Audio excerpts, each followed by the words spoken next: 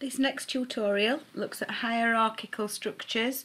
Please watch it to the end. The important part is right at the very end of the video. This tutorial is following on the tutorial that I produced yesterday on editable grids. I have been asked a couple of questions on this, and I think it is better, because other people will have seen it, to put it in a video. First question that I've been asked is, if we're working in the editable grid view, can I get back to a record card because the hyperlink's missing? Answer to that one is yes, you can. If you just double click in front of the record card will still open. So you can see I'm now looking at accounts and Jimmy Choo Limited. I'm going to click on accounts to go back to the account list.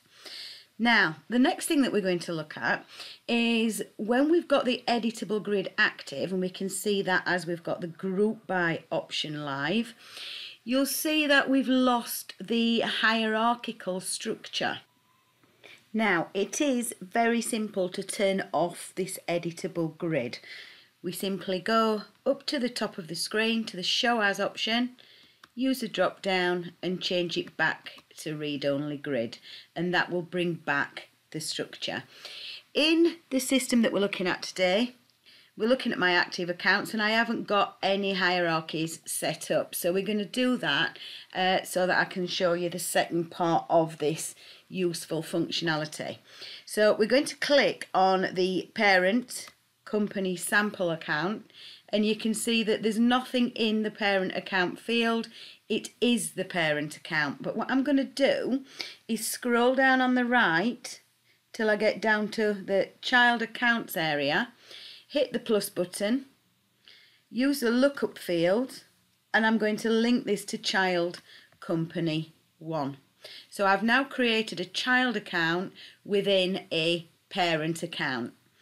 If I click on that child company now, you'll see that that has a parent. So anytime I want to, I can go between the two record cards and look at that relationship.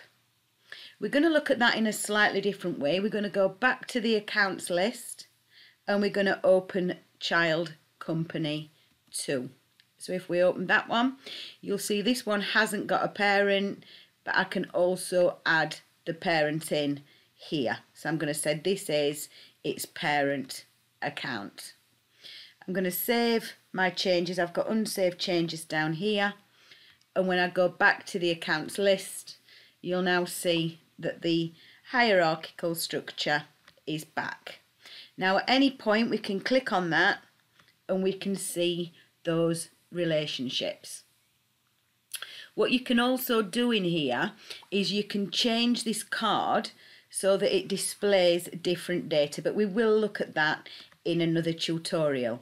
If I've got more than 2 children, I will get an arrow telling me how many more there are, and I can move either left or right depending where I am within the grid.